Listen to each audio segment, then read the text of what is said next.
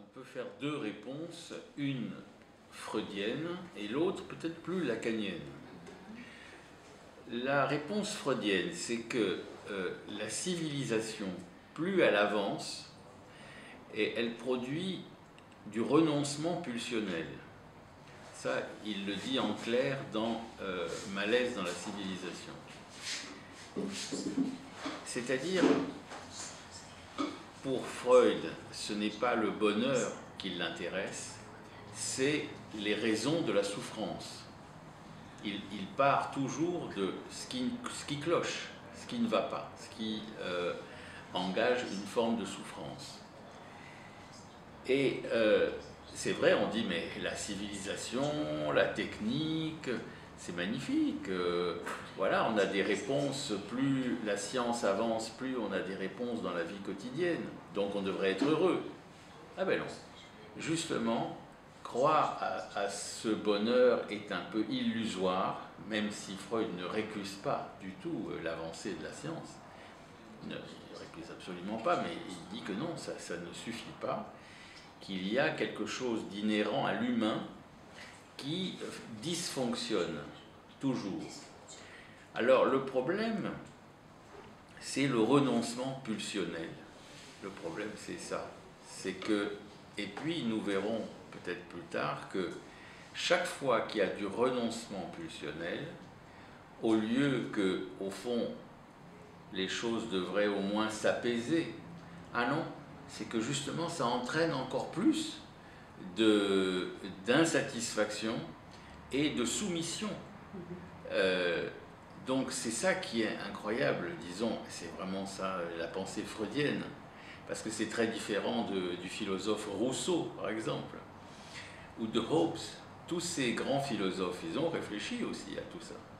Mais ils n'ont jamais dit qu'il y avait une force intérieure qui faisait que eh bien, le progrès technique n'amenait pas forcément du bonheur.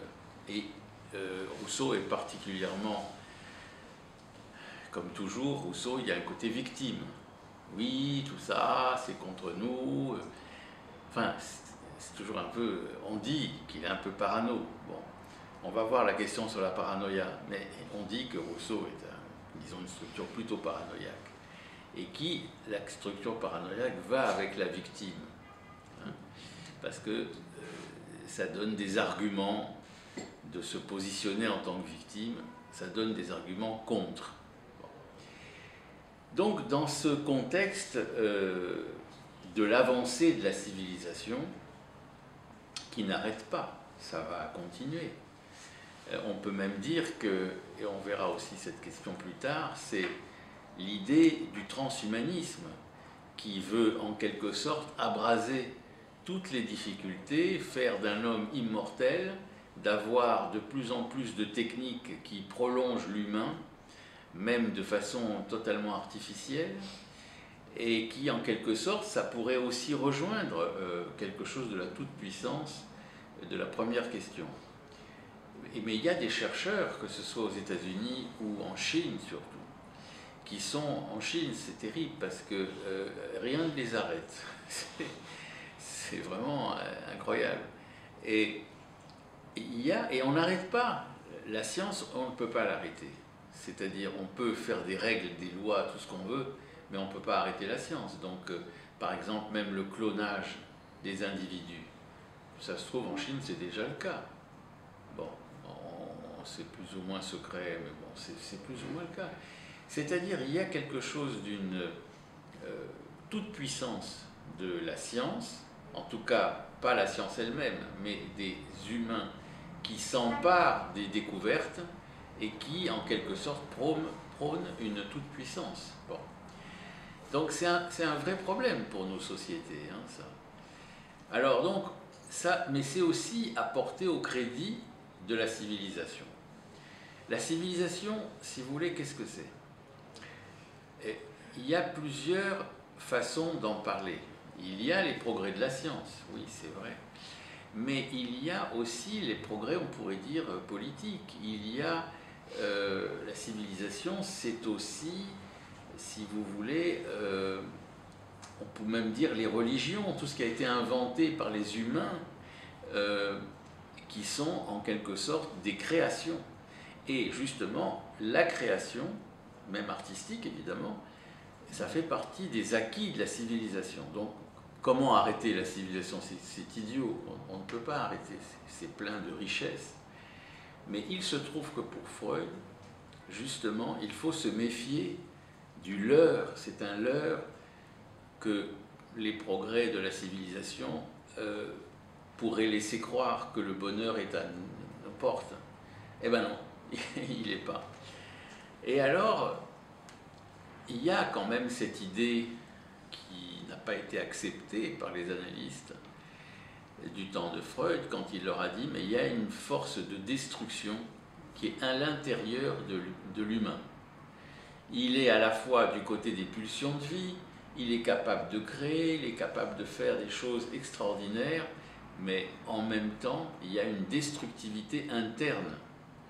Et c'est la question, et ça j'aimerais beaucoup qu'on en parle, c'est-à-dire comment faire avec cette pulsion de destruction interne, qui n'est rien de biologique d'ailleurs, hein, c'est quelque chose, déjà la pulsion c'est un concept à la fois physique et psychique. Bon. Et comment faire avec une pulsion qui en quelque sorte est à l'intérieur liée, complètement liée à la pulsion de vie. Donc c'est ça qui est vraiment difficile, et cette destructivité interne. Bon, ben, moi, ça m'a beaucoup questionné cette affaire, et j'ai essayé de trouver une réponse, mais évidemment, à modeste moyen, mais je pense qu'il nous faut réfléchir à ça. Bon. Alors, cette destructivité interne, elle va être sollicitée parce que si les progrès vont vers qu'on fasse attention au climat, bon, ben alors il ne faut plus prendre l'avion, il ne faut plus manger de viande, parce que les vaches produisent du CO2, bon, il ne faut plus ceci, il ne faut plus cela. Mais ça, c'est des restrictions de jouissance, ça veut dire qu'il y en a moins. Vous ne pouvez plus faire ce que vous faisiez avant. Vous ne pouvez plus rouler, en France, il y a eu un grand débat sur le 80 km/h. Bon. Non, parce que, et donc, si vous voulez, ça pousse à des régimes autoritaires. Ça veut dire ça pousse à ce que il y ait, disons, une force politique qui dise mais c'est comme ça et c'est pas autrement. Donc c'est compliqué parce que c'est ça, les peuples ne l'acceptent pas forcément. Mais on va vers certainement plus d'autoritarisme dans les gouvernements. C'est obligé. Et on va vers quelque chose qui est évidemment comme le surmoi, parce que je vais évidemment arriver à ça, c'est que la pulsion de mort, ça va avec le surmoi. C'est-à-dire ça s'auto-entretient ensemble, le surmoi et la pulsion de mort. Certains même appellent le surmoi la pulsion de mort. Certains, il y a des analystes. Jacques-Alain Miller pense ça, qui n'est pas totalement idiot, parce qu'on voit qu'il y a de vraies affinités entre ce gouvernement interne à l'individu. Le surmoi, c'est un gouvernement. Bon. Et puis alors, avec le surmoi, il n'y a pas de négociation. Il vous dit de faire ça, vous devez faire ça. C'est une sorte de jouissance de l'accomplissement de l'acte dû au surmoi. Et le surmoi, lui, il est tellement autonome, on peut dire, enfin tellement, disons, capable d'en imposer au sujet, que c'est vraiment très difficile de dérouiller, de dévisser, d'arriver à l'amadouer. C'est très compliqué. Alors, expliquons-nous plus précisément. Comment ça a commencé, le surmoi? Au début, vous avez l'enfant, on l'a vu hier, magnifique, Neda, qui est vraiment adorable. Bon, ses parents, qu'est-ce qu'ils font? Ils disent, ça c'est bien, ça non, ça c'est pas bien. Donc, entre le bien et le mal, mais c'est tous les enfants et c'est tous les parents. Parce qu'il n'y a pas dans l'individu une instance qui dise ça c'est bien, ça c'est pas bien. L'enfant ne peut pas inventer ça, il ne le sait pas. Donc il faut que ça vienne de l'extérieur. Et on voit donc qu'il y a des éducations, tout à l'heure on parlait avec des éducations collectives qui sont féroces, parce qu'ils font rentrer dans la tête des enfants, même les plus bas âges, des choses qui peuvent être abominables. Mais c'est comme ça que l'enfant, il n'y a pas d'autre moyen. Ça vient de l'extérieur, et donc c'est l'autre, c'est le grand autre de Lacan, qui fait que ça va rentrer dans la régulation de son comportement, on peut dire. Hein, bon. Mais c'est qu'après, ça change. Il n'y a plus besoin de l'extérieur. Et c'est ça le surmoi, il a intériorisé les interdits, l'enfant. Et alors, le surmoi fonctionne non pas tellement comme la loi, ça c'est bien, ça c'est mal, mais comme les protocoles. Il n'y a pas de discussion, il faut faire comme ça. Par exemple, hier, je voulais prendre de la viande seule, sans les frites et le riz, il n'y avait pas moyen. C'est la frite, les riz et la viande. Ça, c'est un protocole et il n'y a pas moyen de le bouger. Et c'est dans tous les métiers. Dans tous les métiers, il y a les protocoles maintenant. Et c'est pas possible, ça. Parce que ce qui heurte, c'est qu'il n'y a pas de négociation.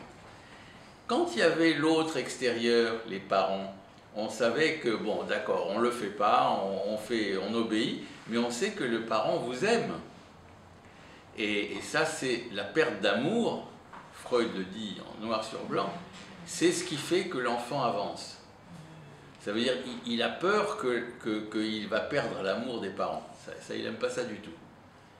Et ça, c'est pour ça qu'il finit par obéir. Mais quand le surmoi est installé, il n'y a plus ça. Il n'y a plus de négociation avec l'amour, pas l'amour. Fais ça et tu dois faire. Bon. Alors je pense aussi que là, les parents sont très importants dans leur façon de faire. Parce qu'on ne sait pas trop, il ne faut pas non plus être... il n'y a pas de corrélation immédiate entre quelqu'un qui a un surmoi féroce, bon, un grand obsessionnel, qui va faire des actes tatati tout le temps, ça c'est bon. Et il peut avoir des parents excellents qui ont entre eux bien su négocier, voilà, qui amènent, même je dirais que des parents qui ne s'entendent pas, c'est mieux, des fois, je ne dis pas toujours, hein, mais bon, mais c'est mieux que des parents qui sont toujours d'accord entre eux. D'ailleurs, ça n'existe pas. Donc, en fait, si vous voulez, je pense que c'est ça qui rentre aussi dans la tête de l'enfant, c'est qu'il se rend compte que, ah, mais ils ne sont pas tout à fait d'accord. Mais c'est très bon, ça. C'est très bon, ça fait que du coup, le surmoi est moins féroce. Je pense. Je pense. Et donc, parce que la pire des névroses, c'est quand même la névrose obsessionnelle. Hein. C'est la pire. Et tout le monde sait que vivre avec une obsessionnelle ou un obsessionnel, c'est insupportable. C'est insupportable. C'est la cause du maximum des divorces.